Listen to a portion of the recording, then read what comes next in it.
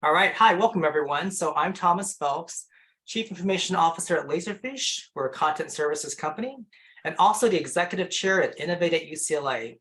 On behalf of our entire board of directors, I'm so excited to welcome you to our program today.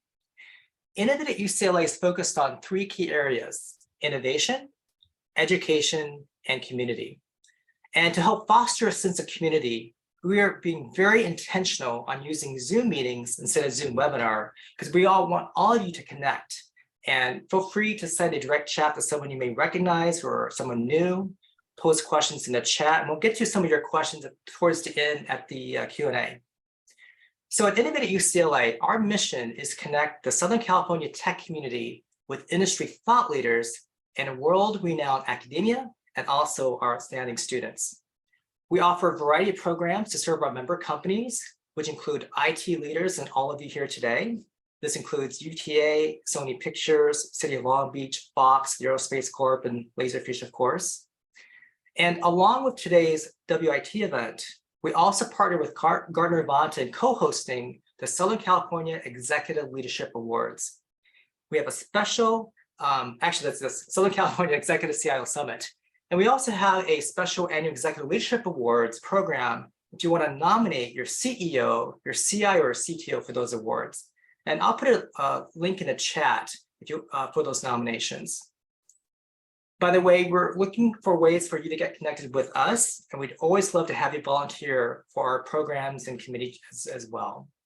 So with that, I'd like to introduce Randy Levin, former CIO of NASA Jet Propulsion Laboratory, to kick off our panel on women in technology. Randy? Thank you, Thomas, and thank all of you for attending today. I know that you're all very, very busy, and this is, in some cases, your lunch hour, and so you can lunch and be part of our experience today. I'm very excited to be moderating this really fantastic panel. We have great speakers that are going to be giving their insight. They all have tremendous experience. I can tell you that all of us, all five of us, are mothers.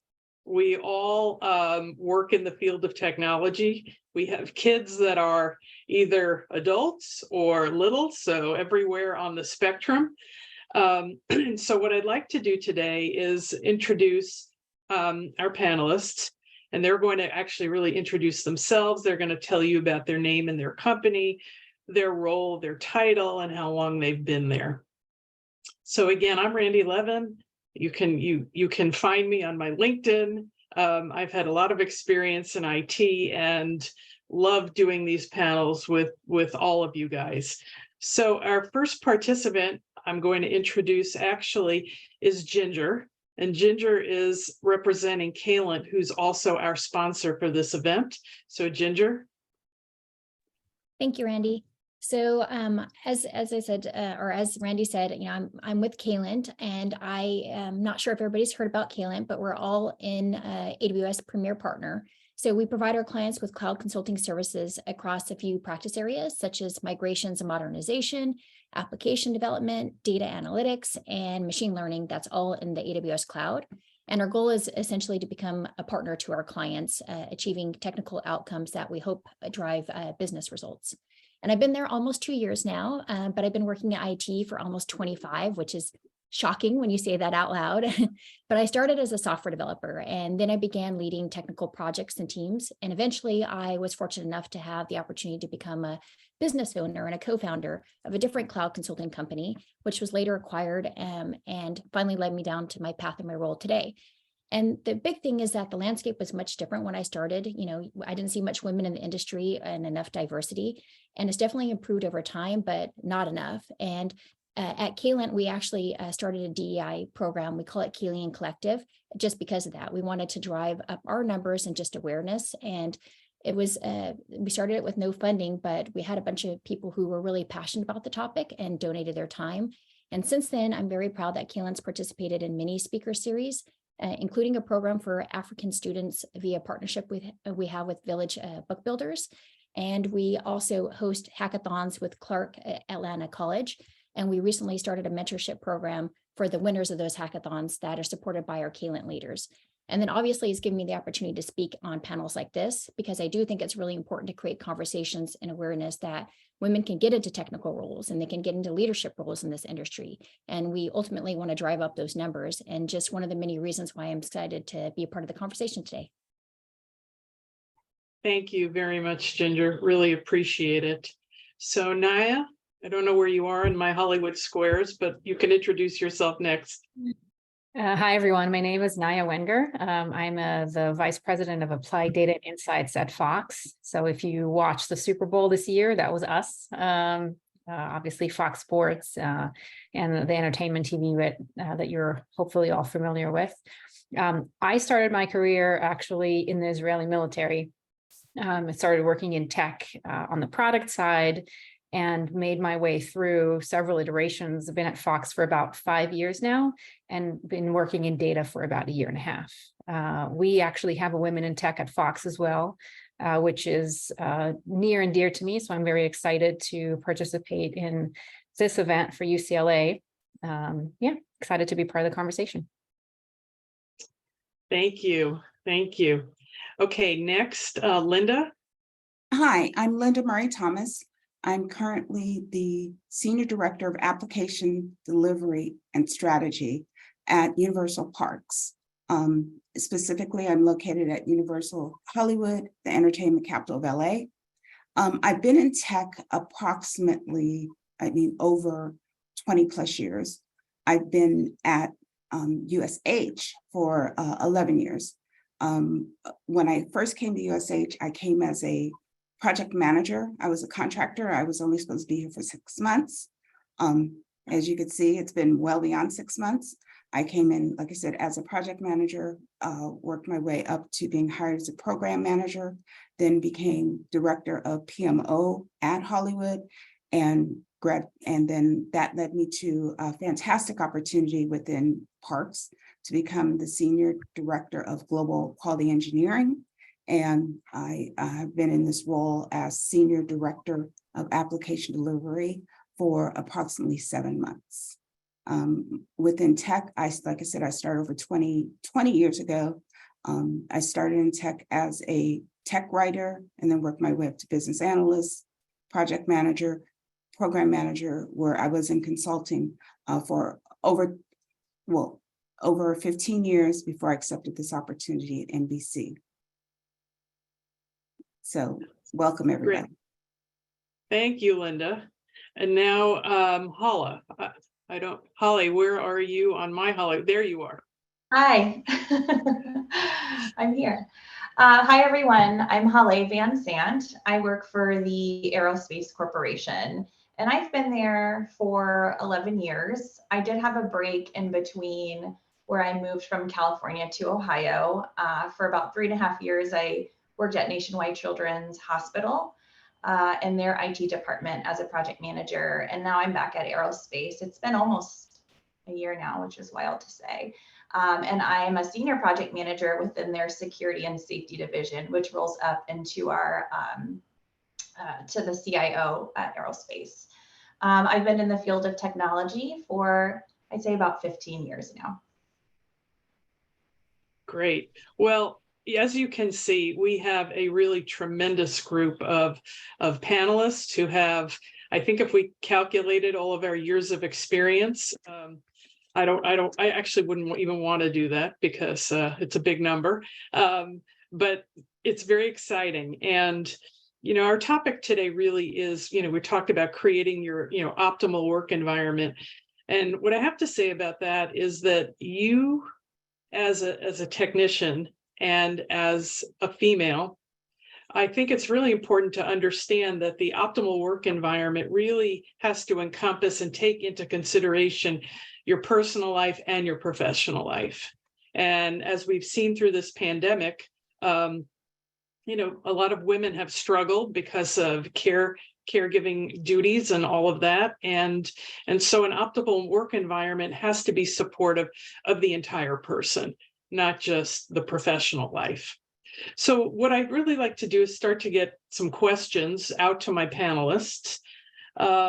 So I think what we'll do is we'll just do it in order that I introduced everybody. So Naya, talking about, your whole self, just do you have children that you take care of, elder parents? Because we really want to get a little bit deeper on each individual, and this is a really authentic, conversation. Sure. Yeah. So I have a almost 2-year-old. She's my first. So definitely, and she's home with thankfully with a nanny most of the time. But working from home and having a 2-year-old running around definitely poses some challenges. I've had many meetings interrupted because my husband forgot to leave the door open or something to my office. My husband also works from home now. So definitely some challenges, just kind of going through that and having to deal with being, having to hide when I need to walk around the house or go to the kitchen and get a glass of water. Yeah. So how do you balance work and life? Yeah, isn't that sort of the magic question, right? That we all wish we knew. So, I mean, for me, I think the remote work has really been a blessing. I had her through, the kind of middle of the pandemic, I think, and I've been able to be I've been able to be with her a lot more than I would, before that. Actually, right before the pandemic hit, we were living in New York. I was working for Fox in New York, and we would go in pretty much every day. And there were many days where I would just like work through 7, 8 o'clock and then sort of realize it was dark out and come home. And so I think not having to commute and just having the ability to sort of work and then do the other things that you need to do, spend 5 minutes with her here or there throughout the day, have dinner, and then go back to work if there's something that's pressing, has been really helpful. And then I think also, and this is sort of an individual choice, but throughout your career, there are periods where you're going to put in more of your time, more of your effort when you're looking for growth, when you're looking for recognition, when you're looking, to grow and even get promoted within your job. There will be periods where you're working harder. And then there may be periods where you have to sort of learn to take a step back and say, okay, I need to make space for myself to take care of my family, to take care of my kids. I'm not going to run and chase things maybe in the way that I did in a prior year or in a prior period. And with the understanding of, what that means for your career, and I think different organizations and different roles have different requirements. But these are just decisions that, I've made for myself throughout my career.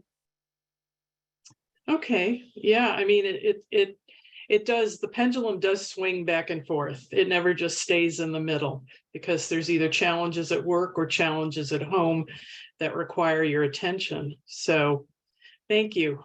Thank you. I'm gonna ask now Linda the same question. And also, Linda, I want to know if you have felt in your career that some of your responsibilities have caused you maybe not to get promoted, your responsibilities at home because you have children that you had to take care of, and in your 20 plus career. Talk a little bit about that. You're on mute, Linda. I was just thinking back across my 20 plus year career. I have had to give up some things because there was a period when all three of my parents, my mother-in-law, my father, my mother, were all sick, and we're all sick with the terminal diagnosis. Plus I had a son who was getting ready to, do senior year, and everything sort of just collapsed. So what I chose to do is stay in consulting because I was able to have those 6-month year contracts where I could work. But then also I'd have to be on a plane to Ohio because I was going to Ohio like every 3-4 weekends to spend the weekend there with my father. I also had my mother who would be in and out of Arcadia Methodist because of her cancer diagnosis, then have to be down at the old Sentinella Hospital because my mother-in-law, she was diagnosed with terminal lung cancer. And me being the project manager, not only in my professional life, but in my personal life, I was the one who managed everything. But then I finally reached a point where I can't do it all. I cannot. And I had to make a choice between whether I wanted to continue, doing the grind as you normally do as a project manager, as a contractor, as a consultant, or focus on my family. So by choice, I took almost 2 years off of work to help my parents transition. Because if you still have your parents, cherish them, because when you lose them, there's that void.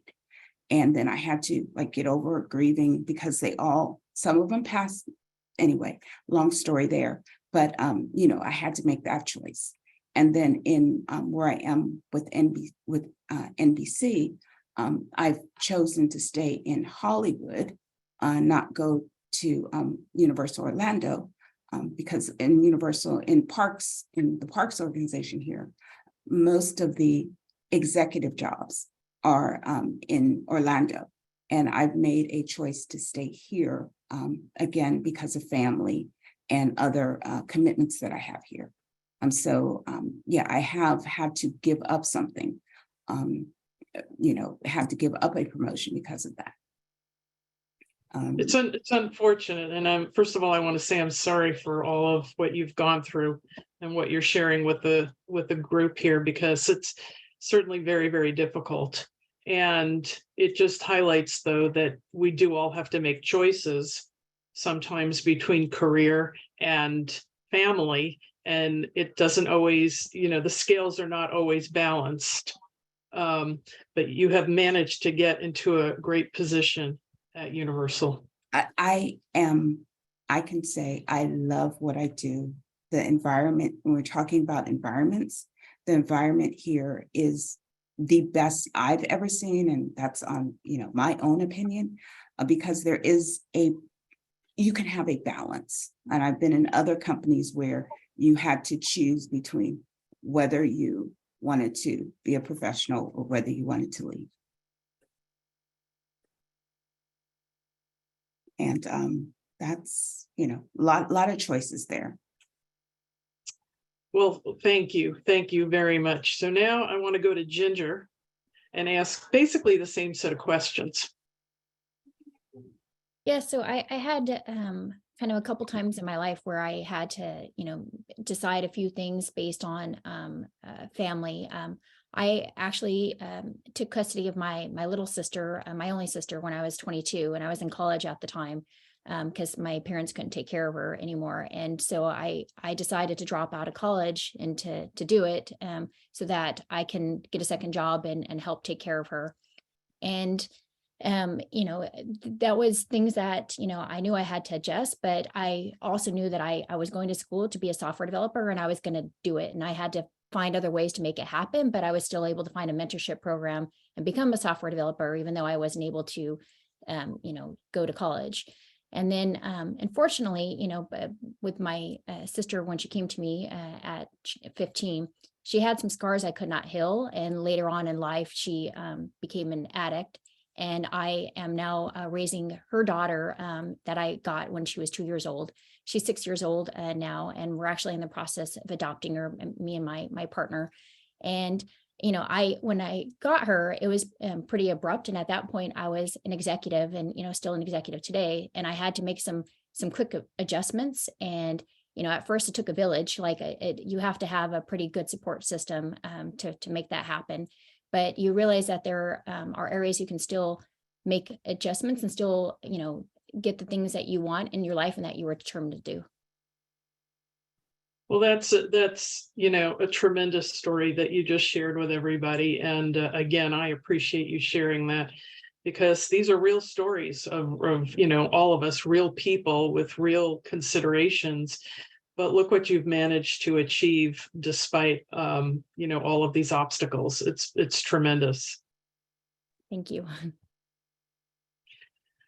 All right. Now, Hala, where are you on my squares here?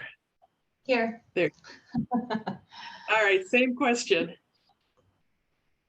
Yeah. So I have 2 little girls. I'm married to my husband, Tim, and we have 2 little girls, Sella and Evie. They're 6 and 2. So I'm in the thick of just the physical demands of having a toddler. Really, it's the toddler that causes those physical demands. So with that being said, you know, managing work and home life is challenging. You know, one of the things that comes to mind is just managing sick kids in the season of life. And so I think one of the things I've had to learn over the years is just being patient with that and with myself and giving myself grace on a day-to-day basis. You know, there's not a perfect solution each day for what work and life balance looks like. You know, obviously I'm mindful over setting boundaries, especially working from home, having work time and then home time. So I feel like I'm 100% at both. And I guard that as much as I can. It's really important to me. But then also understanding that things come up. One of the things that I've learned again over the years is, aside from having grace with myself, is that we're all humans and we all have obligations, whether you're a parent or not. There's something that could pull you away from work, and that's okay. And as long as you're transparent and having those open discussions with peers and management, I think generally speaking, people are good at heart and want to be helpful. And then to answer your question around what you've had to give up, you know, one thing that's come to mind for me over and over when I was thinking about this is I lived in California. You know, I got married, I had my first daughter, and I was working at aerospace, which I loved working there. And I remember my boss had a promotion in hand to me, and it was the same day I was about to tell her I need to move to Ohio to be closer to family. It was a bittersweet transition. I wanted to stay in I love the sun in California, obviously, but I knew for my child, and you know, we knew we wanted to have more kids, that family was really important. And I still think that was a really good decision to make in terms of family life. But for myself, you know, obviously I had to give up a promotion, I had to give up a company I loved, and California sun. But you know, we all have seasons of life and kind of things unfold as they need to. Well, all of you guys have had different situations that have been challenging. And, you know, as you work in a culture, you know, in an organization, which certainly has its own culture, but certainly I think your immediate boss is the one that really is influential in terms of your career, and also understanding, you know, the work-life balance situation. So Naya, I want to ask you two questions, okay? One is, how do you think you are or were perceived when outside life interferes? That's the first question. So why don't you answer that one first? Sure. Yeah, I mean, I think I've been pretty fortunate to have, you know, through sort of this period of time having a kid and having to, you know, just deal with that kid being, you know, sick, or having to rush to the doctor in the middle of the day because someone fell off of something and bumped something or something's bleeding. So I've been pretty fortunate, I think. My boss actually is going through a similar experience with young kids now, and I think that has been really impactful and helpful. So, you know, so I think that I've been pretty fortunate. I know that that's not always, you know, not always the case, but I haven't really personally experienced in, you know, sort of in this period of my life, a lot of pushback on that, which is great. I think that part of it is also the culture, you know, at the company that you work for. It's true that your direct manager can be very different from a company culture as well. So that's not always the case, but generally speaking, I think that it's important and helpful to work for a company that has that culture, right? That there's that level of understanding. And so, you know, I think I've been pretty fortunate with that. So the second question I have is, what kind of support, you know, do you seek from your manager? What do you need? Yeah, I think it's, you know, it's mostly mostly just an understanding of when there is a need to like take some time off or take a sick day or be a little bit more flexible in hours, right? So if you're, you know, you have something to do in the middle of the day and you can kind of make up that time on the weekend, or you can make up that time later, in the day, I think that's been really helpful. I think those are really the main things. How I have one child, so I know that having more than one tends to be a lot more work. But that's really what it's been for me in terms of just needing some help with the childcare. Again, not to say that childcare, or even if you have, if you have an elderly parent or others that you're taking care of, those are not really the only reasons for work-life balance, right? There are people that don't have kids, that don't have to take care of anyone specifically, but they also don't necessarily want to burn out working 12-hour days every day. So I think that in some ways, it's probably even easier to get support for things like having kids or having to take care of an elderly parent than maybe those of us that are sort of just free of those things and maybe don't get as much support to just say, hey, I don't want to work 12-hour days. Yeah, I think you're right. I mean, there can be that bias that if you're single or you're married with no other of those responsibilities, then the perception could be that, you can work 12 hours a day, which, or 14 or whatever it is. And people don't want to do that. And, we see that in news media now, with reports of some organizations that are working like that.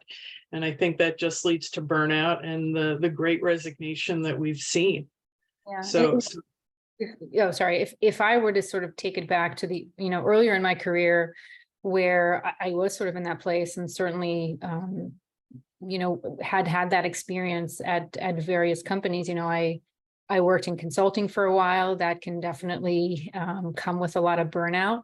And so I think, I think really sort of going back to what I said earlier, you really have to set those boundaries for yourself. I think you'll find with every company that you work for, the culture is going to be a little different and the expectations are going to be a little bit different. And you have to decide whether or not that is going to work for you, right? Is it going to work for you to put in that time, to put in that effort, to put in those hours and get to where you want to get? Or if that doesn't really, match your expectations or your needs, or maybe doesn't match those needs at a certain point in your career, then you just have to make those decisions and make the change. You brought up consulting and it's interesting, but, when my kids were young, actually, when my son was born, I was consulting and they wanted me to travel after he was born and I didn't want to. Said I had him for a reason. And at that point in time, I had to switch jobs. That was my choice. But I know a lot of consulting organizations have evolved quite a bit from then, but it still is true today that sometimes you have to make those choices. So Linda, let me go to you. Have you had in your career a time where your boss wasn't supportive, and how did you handle that? I have had a few. Going back to when my son was born. My son was born and he was in the neonatal intensive care at Cedars-Sinai for, I'd say, like the first 2 months of his life. So when he came home, it was like right at the time where my maternity leave ended. But because of his condition, he had to go to the doctor 3 times a week. And the job that I had at the time, straight 8 to 5, 4 days a week. I went to my boss and I said, I want to come back to work, but I need to, leave a few hours Monday, Wednesday, and Friday, leave at 2:30 to go pick him up, take him to the doctor, because we'd always make a 3:30, 4 o'clock doctor's appointment. And she told me no. She said, and I remember the exact wording she used. She said, if the company took into account the individual needs of everybody, there would be no company. So she told me I would have to choose. So of course I chose my son, and got him through. If you look at him today, you'll say he was in neonatal intensive care for 2 months, but he made it through. He's completely healthy now. And when again making a choice, my husband of course was extremely supportive. And, he was holding, everything down from the financial perspective. And then what I ended up doing was that's when I went into consulting because I needed some flexibility that I normally wouldn't have had at a permanent position. And in recent history, like I said, at NBC, it's been the opposite. It's been take care of yourself, take care of your family, and I trust you to do the work. So there's nobody micromanaging you, because you get to a point in your career where your boss trusts you to get it done. And that's where I am right now. So today, what kind of support are you seeking from your manager? Is it coaching, direction? From my manager right now, I mean, there's several things I want. Continued growth and continued opportunities. Within the organization, I always want to grow. And also support, because, you know, life does happen and sometimes life does impact your work, which he is, you know, my current and my recent managers have been that. And I want them, you know, they do have an understanding that it's not all about work. It's about having work is a part of your life. Your work is not your life. So that's important. It's so true. And, you know, 20 years ago, we didn't focus as much on having mentors in the workplace. There really weren't that many mentors for women in tech, you know, which now, you know, with, you know, having everybody on this panel and everybody that's attending, you know, we're recognizing the value and the importance of having mentors, mentorship programs, you know, in your organizations to help support and guide, you know, women in tech. So I think things have changed a lot. They can still change more, but I think that we're on a good trajectory. So Holly, let me ask you a question. What advice would you give women on this, and not just women, men too, because men get pulled also with different things, about managing and balancing work and life? Yeah, good question. And, you know, I touched on this a little bit earlier, but I think really getting a good understanding of what your priorities and goals are and setting boundaries around that and making sure you communicate it. Absolutely. We all know that. But then give yourself grace each day as things come up. Just know that it's not going to be 100%. I think for me, being a project manager, I try to do things perfectly, but it just doesn't work out. You know, kids are going to do their own thing. Life's going to happen. But then another bit of practical advice, I'd say build a network, you know, build a network of peers, of friendships. I think that's been key for me to get me through work and just managing work and life, because, you know, maybe it's a phone call to a friend that says, oh my gosh, I'm just having a rough day, and having that listening ear is so helpful. And then to follow up to that, you know, maybe it's a meeting that you need help, you know, you need someone to run it, and you have a friend or a peer that knows what you're doing and can step in and help out. And I've relied on my network over and over again, and it really helps make you feel like a person. You know, we're people working. We're not robots. And so I think that'd be my number one bit of two bits of advice. So what do you look for in a good manager? How can a good manager be supporting you? Yeah, so I think from a work perspective, I think, you know, and I've had some great mentors and managers. I feel very lucky with that. You know, helping me with growth opportunities, maybe seeing opportunities in me that I don't see, and helping me to expand my skill set. And then from a life perspective, I'd say someone who gets it, who understands that there needs to be flexibility sometimes, who trusts me to get my work done. I think so, just having that balance of open communication with, you know, other responsibilities, and then also helping me to just grow where I'm at. So whether that's a new opportunity or whether that's taking on a project with more complexity, and helping me to see those opportunities and to go for it, is something that I love in my managers, and I feel like I've had. So I'm grateful for that. Well, having two little kids, and the experience, you've really gone through a big migration in your career now. It sounds like you're very clear what you need in terms of a manager, and it seems like you actually have found it in your current company, which is fantastic. Yeah, definitely. All right, Ginger, let me go to you. My favorite sentence that a lot of people say, that women can have it all. All right.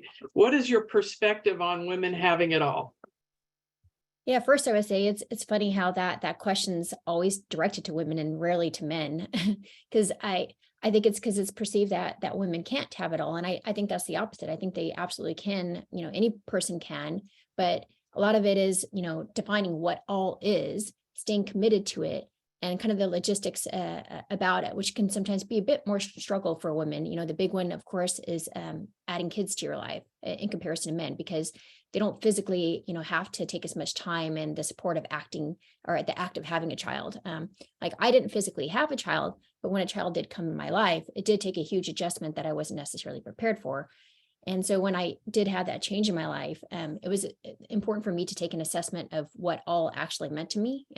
What were the key things that made me happy? And what were the other things that I maybe overindulged in because I could, like work, or other areas that were maybe not as meaningful to me as I thought, because when you no longer have time, you realize how much time you're actually wasting. So I started looking at what can I optimize, what are things that I can eliminate that are not so meaningful to me. And for optimizing, I realized I didn't have to spend as much time at work as I thought in order to be successful at my job. I could actually delegate more, create a more productive schedule. And then I did have to decrease some social things, and other things just looked a bit differently because now I had a kid coming along with me. But I think balance, is really about creating some kind of ratio of, it's usually relationships, some social aspect, family, children, your career, hobbies, and it's up to each person to figure out what makes them most happy, or makes them the most happy, and what, carving out the right investment and time towards them. And then rebalancing based on what phase of your life that you're in. Because earlier on for me, I spent a lot of investment in my building out my career and just other social areas. But because my role and responsibilities expanded as my career grew, and adding a family didn't mean I wanted to stop spending time with my friends, didn't mean I wanted to stop traveling, stop working out, or being creative. I needed those things in my life to be happy. Now, have they expanded or contracted a bit, based on making appropriate room on these different phases? Absolutely. But my number one advice would be that never close a door on something that made you happy. You can say you don't need it anymore or you don't have time, but it made you happy for a reason, right? And when you enter other phases of your life, that could cause some areas to shrink, like when your kids, leave the house or your career starts to wind down, it's going to be extremely hard to add those things back into your life. And I think you could also be left with some resentment of what you sacrificed, which really eliminates the whole concept of having it all. Right. Well, I think your answers have been very insightful here. And now in your point where you are in your career, you manage quite a bit of people at your organization. What are you doing to make it a more optimal work environment? I think, some people don't want to necessarily have personal conversations with work conversations. And I think, you have to remember, everybody's humans. We're all, have many facets to our life. And I think it's good to have those conversations and understand, what the balance is for them and how you can support them. Obviously, you still need to, get the functions done that, and the goals that you're trying to achieve at work. But I think you can do it together. I always refer to companies being a community. It's not just a workplace, it's a group of people, and you're trying to come together with one goal and treat each other, as, parts of the community. And I think if you change that kind of mental model of the workplace, because we spend so much time there, then you shift your conversations in the way you treat people too. Well, let me ask you guys, because you talked a little bit about balance and downtime. What do each of you guys do in your downtime? And what do you binge watch, or what do you do in your free time? Linda, let me go to you first. Whoops, you're on mute again. Sorry. What do? I go on cruises. My husband and our family, we cruise a lot. We've gone on, let's say, close to 60 cruises now. So what I do, and that was one of the agreements I made with my family, because when we did land vacations, my husband, he has a picture of me everywhere, Washington, DC, Spain, wherever I'm holding a cell phone and I'm talking to somebody at work about something. But when you go on a cruise, what I do, the first thing when I go in the cabin, my work phone goes off, it goes in the safe, and it doesn't come out, and I don't turn it back on until I'm at the airport. So that is my time, week, 2 weeks, just with my family. That's what I do for downtime. Also, what I do is I go spinning 3 days a week. I'm on a bike at 5:30 a.m. 3 days a week. And that gives me the release, the time I need to just focus on me. So those are my two go-tos. Well, we'll put in the chat your LinkedIn so people can ask you about cruises too, since you are now probably an expert on cruises and cruise lines. So I think that's cool. Naya, what do you do? It's kind of the usual, I think, family time. Right now that we have a little one, family time looks a little different than it did before. So we're still sort of on this learning path, trying to figure out what's the best thing to do on the weekend with a 2-year-old. But that's been fun to discover. And we love to travel. So she's actually traveled quite a bit with us. So we do that as much as we can. And I think one of the great things about being in LA or in California in general is it's just like so many places that you can go within driving distance. So we try to explore those things on the weekend, and a little bit of reading. Yeah. That's great. That's great. Well, I think reading is also really, it's just good solitude, right? And anyway, Holly, what about you?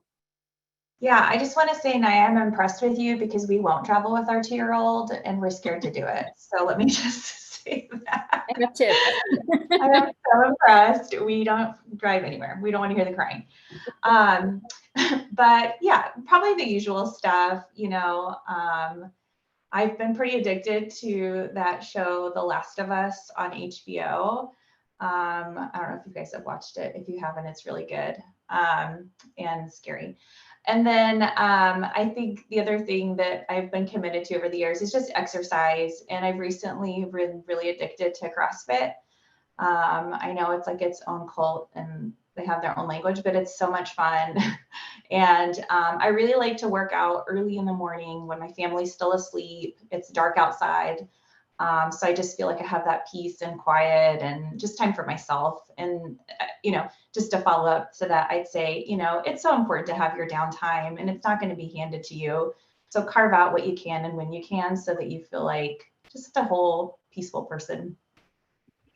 Well, I think you said it earlier about setting boundaries and how important the setting boundaries are because, most companies can take and take and take, they want you to contribute as much as you can.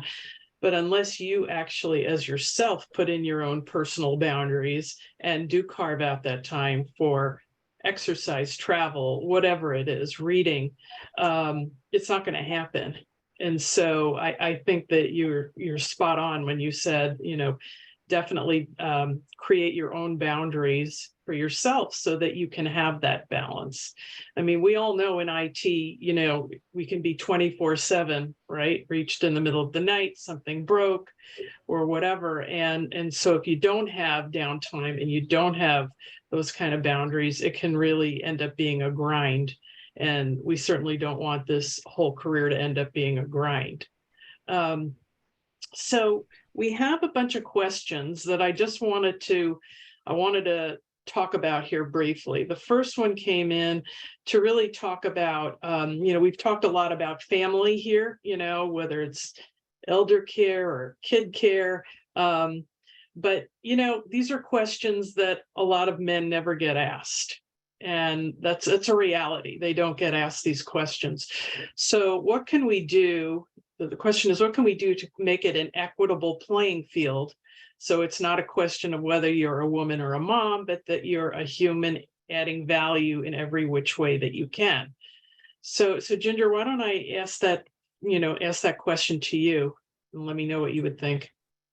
Yeah, I mean, it's a good one. I think it's if you stop thinking in that way, then you're not necessarily changing different conversations. Like, I mean, most parents, there's the man has a kid too, and they're having some kind of form of it, and trying to say that the woman's situation is different, and therefore they shouldn't have as much access to career opportunities because they're gonna take more time off work as a kid and stuff like that. I think you got to eliminate that and just have equitable conversations and questions that you're asking, and so that you can kind of neutralize the situation. I try to do that as much as possible. Just think that everybody's in the same situation, and if you start there, you're not going to be kind of doing those stereotypical profiling, if you will.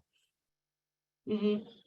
I'd also say that, my answer to that question too would be, as you are progressing in your career, the number one thing is you have to be really good at what you do. You have to be proficient, and you have to let your managers and managers know that you know what you're doing. They have to know who you are and what you can do.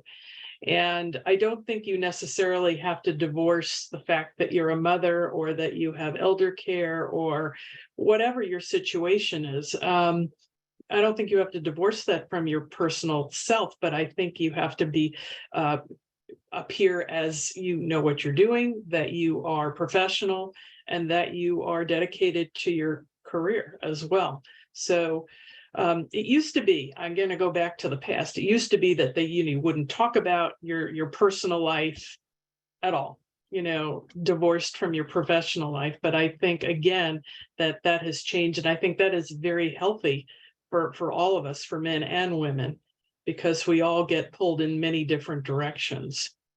So Can I add something to that real quick? Sure. Yeah, sure. So I think in terms of making the workplace more equitable, I do think that there is a lot of work that's happened and is happening already, right? And I think part of having women in tech forums, it sometimes actually seems counterintuitive to that, but it is for the purpose of sort of raising these sometimes unique things that we have to deal with. But I know that, my company and many other companies have worked to make sure that there's, equal pay, that there is an effort around diversity, not just for women, but across the board, opening up more leadership positions. So I think that there is a lot of work that is already happening, and that's important for that to continue. On the other hand of that, I would say, my boss has 2 young kids under the age of 2. And he's going through the same challenges. So I don't necessarily think that these are unique challenges for women. They're definitely, in most families, women take on more of the work around childcare and elderly care. I think that that's just the way it is. And I don't necessarily know how much that will change. In some families, that might be the other way around. But in families where that is the case, this is why we're having these conversations, because we want to need to be able to do that while also not necessarily, losing momentum in our work or not having the same opportunities. So unless that part of it changes, which, believe me, I'll be the first to be very excited for that, I do think it's important to figure out how we also make these things work. But at the same time, I think that, a lot of men take care of their parents, certainly have young kids as well, and have to balance that in their relationships. And it's not necessarily just a unique issue for us. It's just that women tend to be, more of the caregivers at home. And so it just happens to be something we have to deal with more. Yeah, one thing. I don't know. Oh, sorry. Oh, go ahead. No, go ahead, Ginger. I was gonna say one thing that made me think about that I've noticed, because as I mentioned, the landscape in tech has been mostly male, and then when you can get females in the industry and in roles, what I found is that sometimes women are a bit passive about it, just because of the fact that it's not equitable. That us as leaders, you have to kind of help push and see something in them that that they don't recognize themselves, and help them get their voice and help them recognize their capability, so you can kind of see them grow, and then also try to get more people to the party, if you will. Well, I think, I don't know if everyone on this Zoom knows this, but 50% of women are dropping out of the field of technology by age 35. And there weren't a lot to begin with. And it's a sad statistic. But things like having this kind of forum, having things, where you have a women in tech program, you have women in tech mentors, all of that stuff is clearly very important in terms of not only retaining women in tech, but also advancing women in tech. And actually, that's the thing that I want to dedicate the rest of my career towards, and also helping women with tools and techniques to move up and really, pay it forward. And I think that's what a lot of the support groups and mentorship and all of that is all about. Let's see, let me take another question. Well, we have one more minute. Let's see. Holly, they had a question for you. Sometimes you can't give 100%, which is true. How do you determine whether you're at a healthy place of being patient and forgiving with yourself versus not doing as much as you should be doing and needing to find out a way to push yourself to do more? Yeah, good question. I think the response I gave was around like if your kid gets sick and you have to go get them and figure out how you're going to manage the rest of your day. So what I meant by that was more around like, hopefully most of the time, you're committing to your job and everything's working out perfectly, but life happens and kids get sick and you have to pick them up and figure out, like in my scenario, is Tim going to take care of them today? How are we going to split up the day? And to me, that's when I feel like I'm not giving my 100%. So maybe it was just around the wording, but I would say when I'm at work, I do my best. I make sure I'm contributing in a way that's helpful to my peers and to my managers. I give, as much of myself as I can to perform well. And so when I have days that a kid's sick, my management and my peers are understanding. And so I think that's what I meant around that. But as far as, how to push yourself, I think we all inherently kind of know when you want or need a bigger challenge or when you need to take on a new project, and just being open and having those day-to-day conversations with your management, I think is helpful. Well, we've come up to the end of our time. We could have actually gone on for another 3 or 4 hours having this discussion, in which I think it would be awesome. It would be totally awesome if we can follow this up. I think what I'd like to do is take the questions that we did not get to in the chat and actually answer some of them and send them out to everybody that was on this, if that is okay. So with that, I would really like to thank all of the panelists today for their great advice, their insight, their experience, and also for being so authentic and open with their answers. And with that, I want to send it back to Thomas for some final remarks. Randy, thank you so much. And again, thank you to all the panelists for sharing your insights. As Randy mentioned, wow, that is a sobering statistic that Randy shared, that 50% of women are dropping out of technology by age 35. It's programs like this, it's your leadership, it's the mentoring that you mentioned that we want to be part of the change. So again, thank you for taking the time to be here today. Our next event, if you want to mark your calendars, is coming up, and that is on March 23.